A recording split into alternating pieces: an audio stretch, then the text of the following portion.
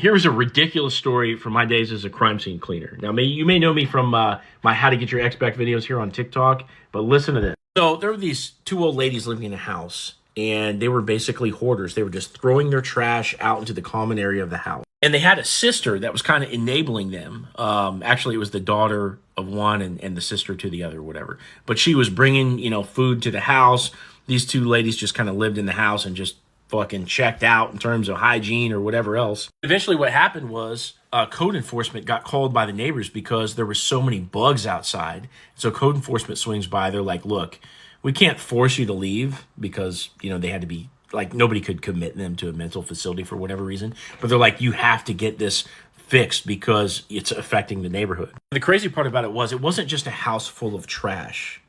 It was a house full of shit-covered trash. So let me explain. You see, their toilet had broke, and rather than fix it like you would when you're putting effort into your living conditions, they started using a trash can. So they had this trash can that was cut in half, and they had this seat that went on top. And so they would go into this can, and then they would take the liners out, and they would throw them into the bathroom that used to be for going to the bathroom. And now it was a shit storage closet. But what happened over time was that those bags would kind of liquefy and settle in to the point where finally you couldn't get the door open. What'd they do then? They started throwing all those bags of shit all over into the common area with all the other trash. So you can imagine how nasty this place got. Now, we get a call to go in and clean this place up. We're crime scene cleaners. Who else is going to handle a cleanup like this, right? Other than people that deal with all the nasty stuff. And so I'm on the phone with a sister kind of looking in this place. And I'm like, look, by the way, this was like an 1,100 square foot ranch. But I'm like, look, it's going to cost $20K to clean up. Insurance doesn't cover it, so we're going to need like $10K up front.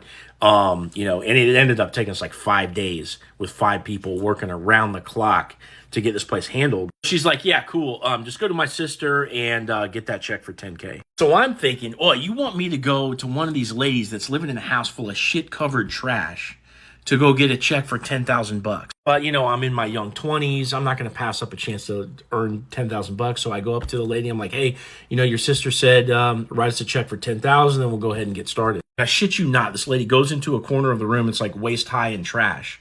And she plunges her hand down into this particular corner of the room and she pulls out a checkbook. She knew exactly where it was. And I swear to God, she strokes me a check for $10,000. Well, now that I have this thing, I want to find out if it's even real, right? This is coming out of this pile of trash. And so I got the check. I'm on my way out the door. Keep in mind, I'm a fucking idiot because I didn't have gloves on. And so I'm about to leave and I got a check for $10,000 in one hand. And I go to turn the doorknob to get out because I'm going to go to the bank and verify the fuck out of this check, right? And all of a sudden my hand just slides on the doorknob. How somebody doesn't dry their hands after they go to the bathroom? Well, it was that. Only instead of water, it was shit. So I fucking hightail it to the nearest gas station and scrub my hands for 20 minutes straight. But at that point where I'm at the front door, I literally have a check for $10,000 in one hand and a handful of shit in the other. So I end up going to the bank. Believe it or not, that check for $10,000 was as good as gold. And we ended up doing that cleanup and we got paid in full. And it took us about 5 days to get that place cleaned out.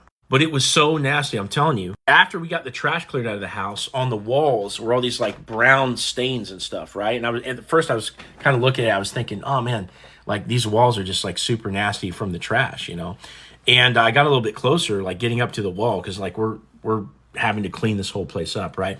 And I noticed it's not stains from the trash. All the brown spots on the wall were these exoskeletons from some kind of bug. And we go into the kitchen and there's cabinetry in there that's mushy. It's mushy from shit and trash juice. And we're like, oh, we gotta take this stuff out. So we swing a sledgehammer into the cabinetry to get it out. And when we start to do on the backswing, right? So we swing into this cabinetry and we're about to pull it out, right? And when the dude who swung into it, as he's on the backswing, all these fucking roaches pour out of the hole like scarabs out of the mummy. At this point, the story's so intense, you almost can't believe it. But I swear to God, every one of these little facts about the story is true. So it was the house full of shit. the roaches. And then the other thing was they had cats running around in here.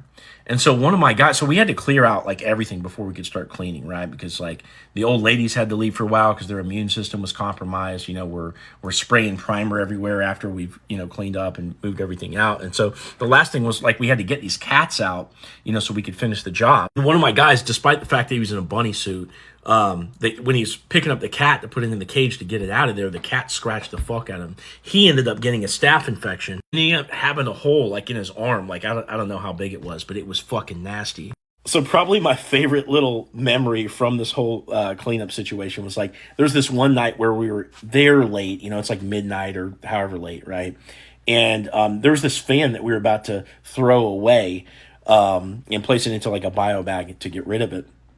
And, you know, we're like lifting it up to like place it into the bag is like somebody's got to hold the bag up and the other person's like lifting it up and they're lifting it high because it's got like a cord that's dangling down. And like as he's lifting this bag to place it, or this fan like to place it in the bag, like there's a window behind it and like the light shining in.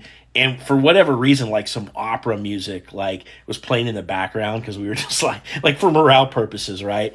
And it's like I just remember him like lifting this fan and like there's like the moonlight behind it and the fucking opera music going. It was like this super grandiose moment. Like if you were to take a picture of it right there, it's like that's the memory because like the house was like this shit covered trash house, and yet we're like listening to this like beautiful opera music, and there's this moment with the moonlight behind. He's like raising his arm high in the sky. It was like such a contrast moment, you know. Probably the last funny thing about this particular story was like when we were all done, you know, I'm back at my house, you know, the next day or whatever, and I'm typing up the invoice for the final payment to send to the customer. And so I'm at my little home desk, and for the first thing was, you know, I noticed my trash can, you know, it's like, it's full of trash. I'm like, get this trash the fuck away from my desk. Like, I didn't want any trash, you know, because I've been traumatized by trash over the last 5 days. And I shit you not, I hallucinated a little spider that like scurried across my keyboard, like as I'm typing up this invoice. It wasn't real, I knew it, but like the fact that like my brain was so fucking traumatized by this trash house over the last 5 days, like that was like the final moment. So anyway, if you have a crazy story about crime scene cleanup or some kind of, you know, traumatic incident that you want to share in the comments, let me hear it. Thanks for listening this far, and thanks for allowing me to traumatize you with my story.